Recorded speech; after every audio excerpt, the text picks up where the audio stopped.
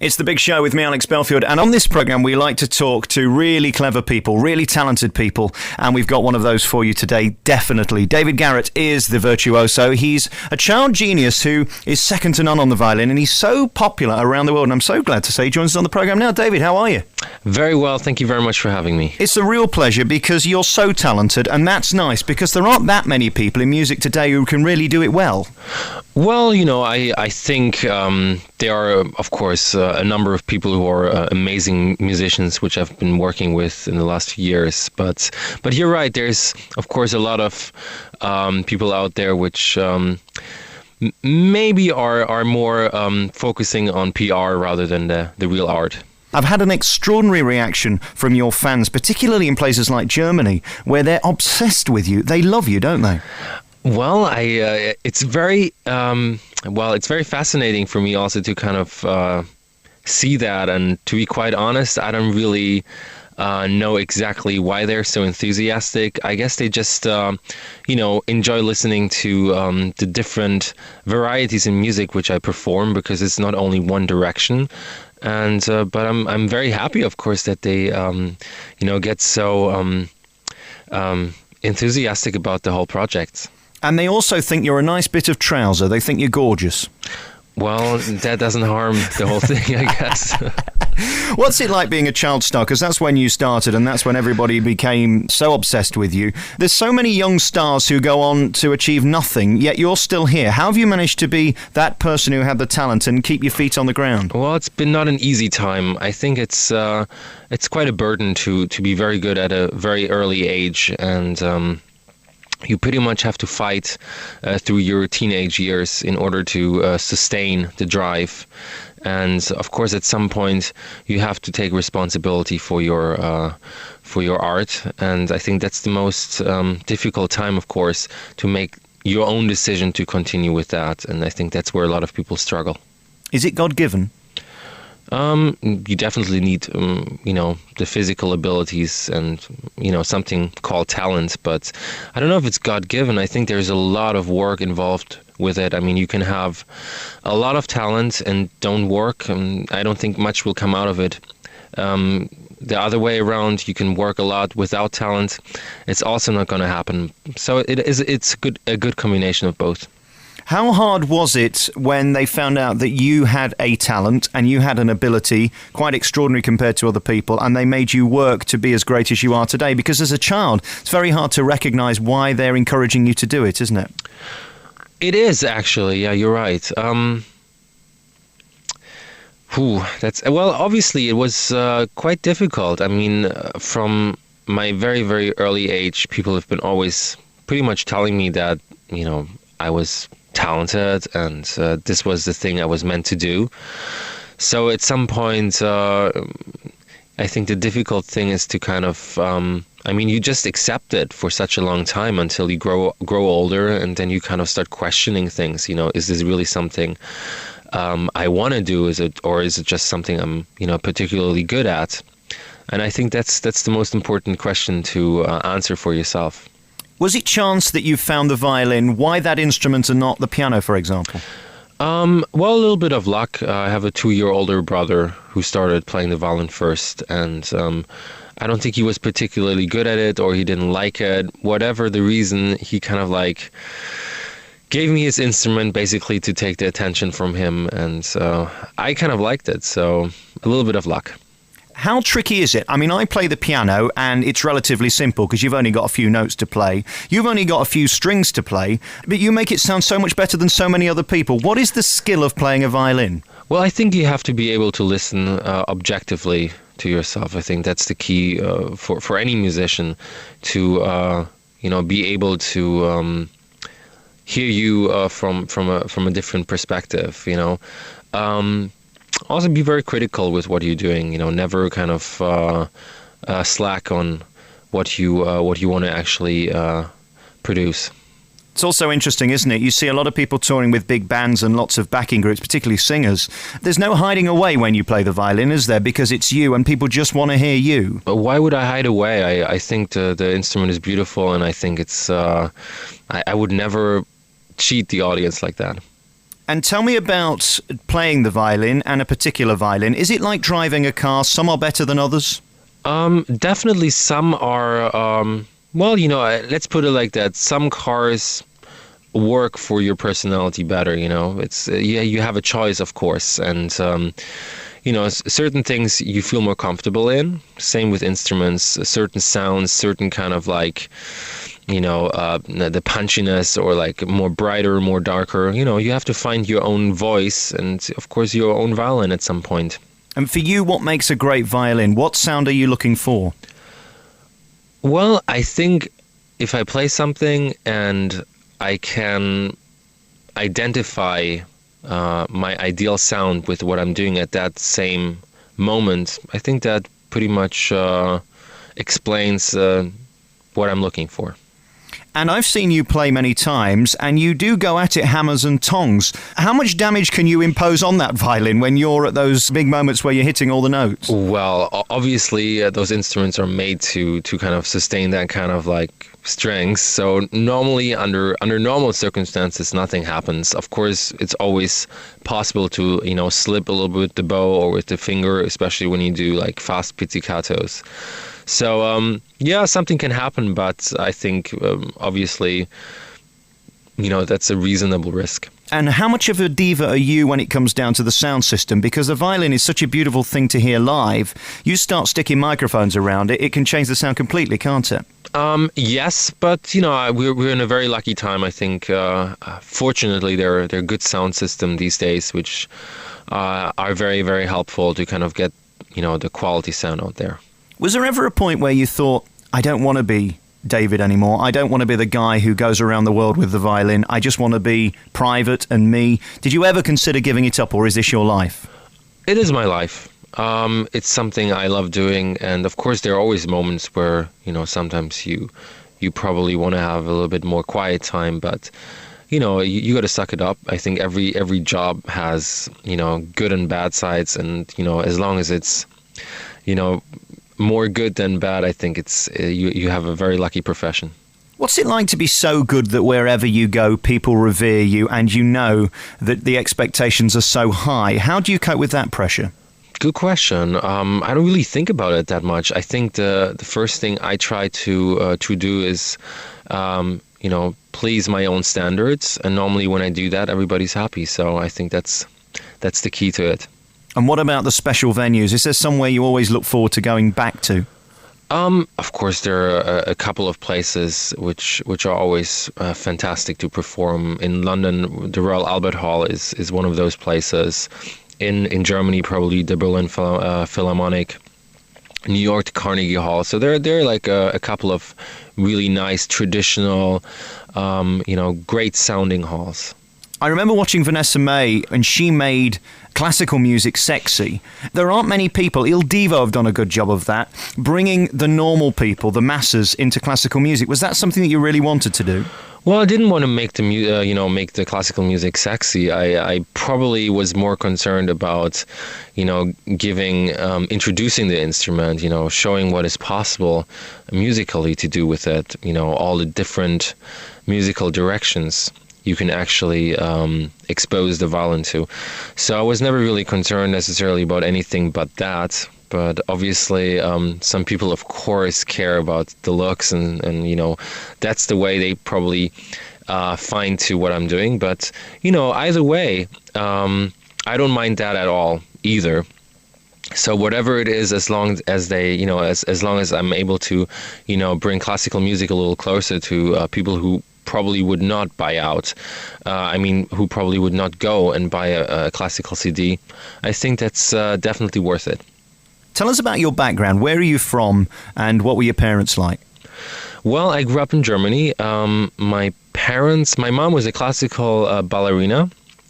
My dad is a lawyer, but he's self-employed right now, and he's actually an auctioneer for antique kind of things, instruments, and like all kinds of like auctions. And basically they were both involved in classical music when I grew up. So there were a lot of classical CDs around, LPs at that point still, and it was a classical music household, and I guess that's how I kind of got into that music. Are they still writing classical tunes as well as they did 100 years ago? I know that sounds like an odd question, but for you as a violinist, you must know instantly whether that something's going to be as good, as fulfilling as maybe a Mozart piece or something like that. Well, the problem, or well, it's not a problem, but basically it's difficult as a contemporary composer, of course, to write in a style which is outdated. Let's put it like that. I find it sometimes a little unfortunate because as I was at Juilliard, I know a lot of my friends who were composers over there and studied composition. And it always felt like people were forced in order to come up with something. It was more important to have something new rather than something good. And I always felt it was maybe the wrong approach because, I mean, I do enjoy playing atonal music, but I felt like people were almost pressured to write that kind of music, which, if you love it, that's great, but, you should never feel pressured to do it. And when you were at Juilliard, did you find that you stuck out from the crowd? I think I did a little bit. I guess I was always a little bit different, I would say. I said to you earlier, you made it sexy, and I perhaps chose my words wrong. What I mean is you make it accessible, and you make it fun. A lot of people in classical music, we see this with the BBC Proms, they get a bit snooty about it, and they get their head stuck up the backside, and then it turns a lot of people off. You really do have to work hard to make people go, look, this is great music if you'll just give me a chance to listen. And that's really what you try and do, isn't it? Exactly. I mean, it's really about just making people feel comfortable. And I think that's the key, because the music is great and speaks for itself. So you just have to find the right approach to get people to listen to it. And your life is very showbiz. You're flying around the world. How tiring is that, firstly? Well, it can be exhausting once in a while, and I try to catch up on sleep as much as possible. But, that's the life I chose, and, now I got to deal with it. And as for being the rock star of classical music, which you are, I mean, your fans just adore you. Is there any feeling or any way of explaining that feeling when they just want to get hold of you and touch you? I think I'm turning myself on here, to be honest. Well, you know what? I think it's extremely sweet when I see it. I really have to say that it's almost embarrassing. Actually, it is embarrassing sometimes, because in the end, I kind of feel overwhelmed, and I'm just, in quotation marks, trying to, make people happy and give them a good time. So sometimes I think it's a little embarrassing when people get too much involved and too kind of touchy and over the top. But, I think it's nothing bad, so I enjoy it sometimes too. Your version of Smooth Criminal that you played in Berlin draws on themes from Mozart's Fifth Violin Concerto. Right. How do you think of something like that? Well, I listen to a lot of music, pretty much all day. And, sometimes you just... if you know so many things, sometimes you just mix stuff up, and sometimes that's a good thing, because that's where good ideas actually come up with. You play around with the harmonic progressions, and sometimes you just end up with a total different piece. And especially when you do like such a record, a crossover record, it really helps, because you can see where where a certain harmonic pattern came from and where it ended up, actually. So that's actually quite a fun thing to do. I find it an incredibly emotional instrument to listen to. How moving is it for you when you're playing it? Because it's one of the few instruments that can actually make me cry. Well, of course, it always depends what kind of pieces you're playing. Of course, when you're playing a happy tune, it's you probably don't get as emotional as if you play like a Sarabande by Johann Sebastian Bach or something like that. So definitely emotionally, you have to be involved when you play. I mean, obviously, you practice, and you're not always emotionally attached to the music you're playing, especially when you just rationally go through technical places. But I think on stage, you definitely have to let loose and just really enjoy the music, as everybody else hopefully is. And the violin's very cool now. If you listen to Coldplay's new album, it's full of tracks full of the violin, isn't it? Yeah, I mean, I've always thought that the violin was a great instrument, especially with vocals. I think it works very well. How do you prepare for your concerts? What do you do? How do you get in the mood? Well, obviously, you start a few weeks before and just go through the program slowly, prepare it so you feel at ease with it.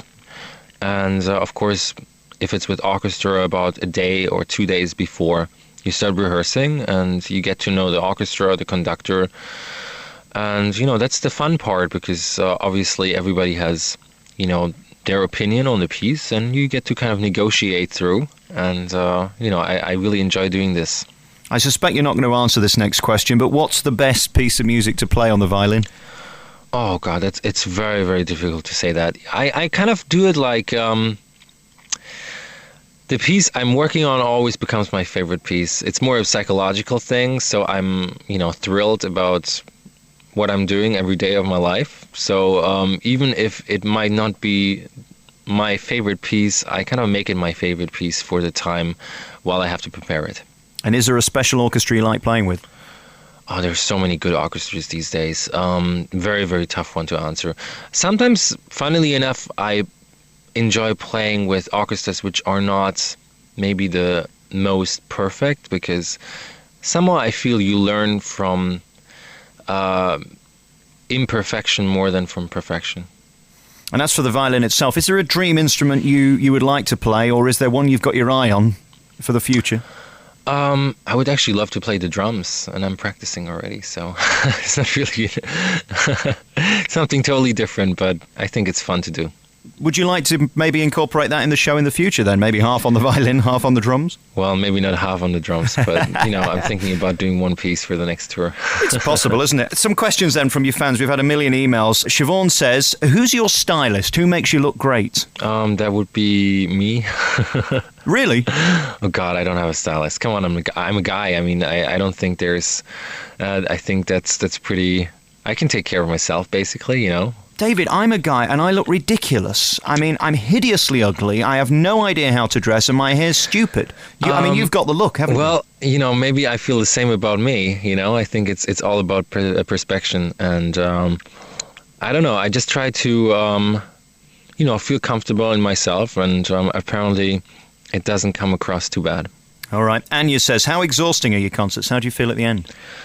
It really depends. Sometimes I really get very involved in the concert and it takes a lot of energy out.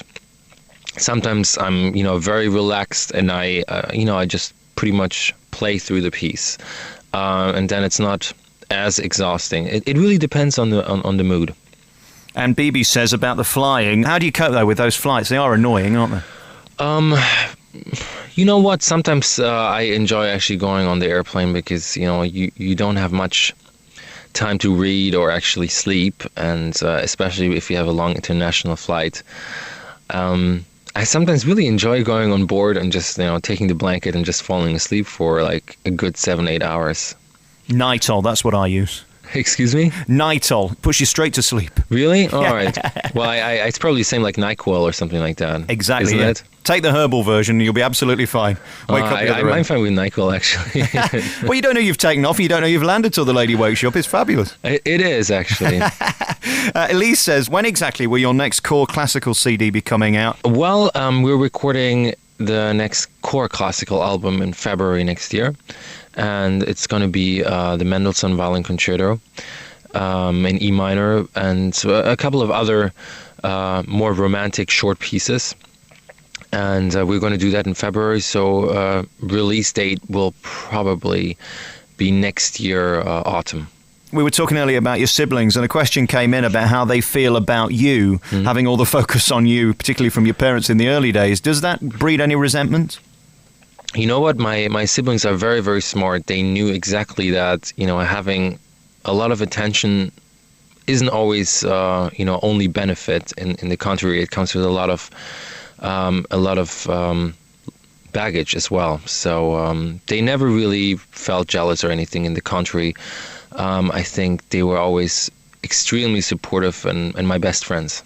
And the child prodigy tag that you've got, is that difficult to kick off? At what point do you become an adult and a human being in your own right?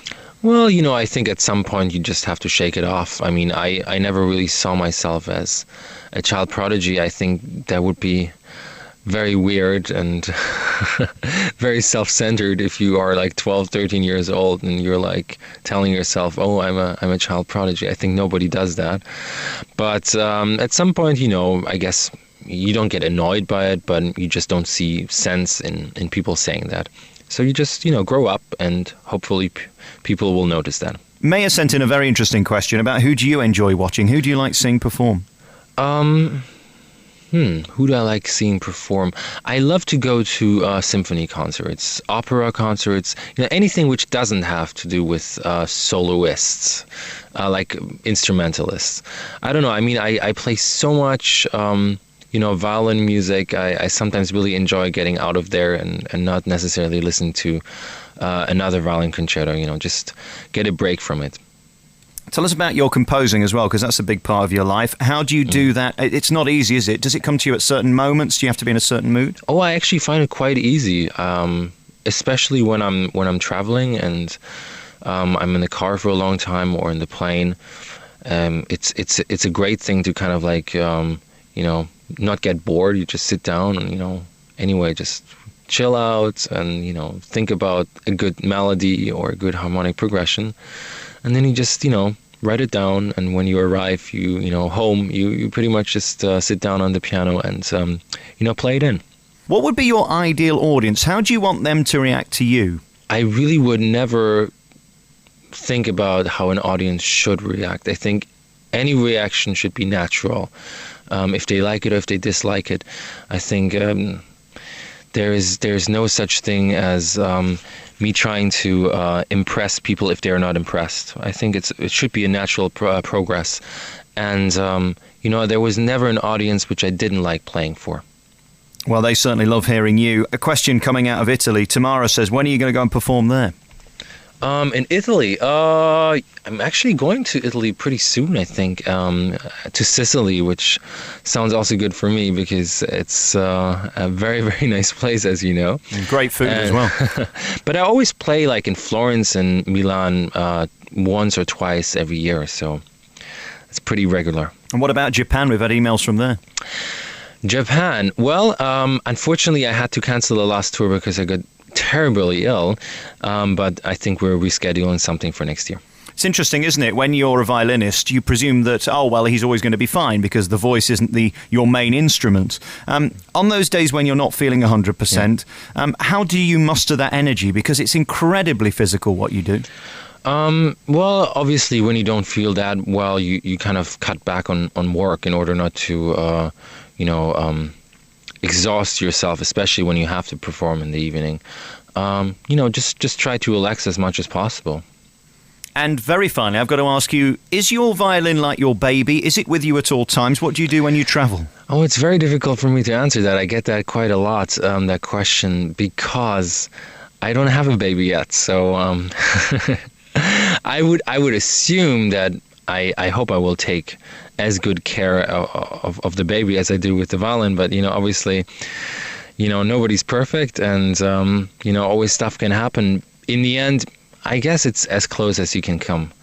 I understand there's a lot of volunteers should you require a baby. You're funny. Thank you very much for talking to me. Seriously, it's a great privilege because you're one of the few people I get to speak to who really is brilliant at what you do. In this job, you get to talk to a lot of people who get to great fame and great wealth through nothing, through luck. You're not that person. You're the person who sat there and worked incredibly hard, and you, I gather, have to work every day on your skill because it's something that can be taken away from you as quickly as it comes. Absolutely, and especially, the cruel thing a little bit is that you play 100 great concerts and you do one which is so-so, and people will remember that one. So you always have to be on the top of your game. And, that takes a lot of responsibility. David Garrett has got the CD in the stores now, Virtuoso, many CDs over the years, and you're one of those few people, as I say, who really does the business. And thank you so much for sparing the time to talk to me. I really appreciate it. Thank you very much.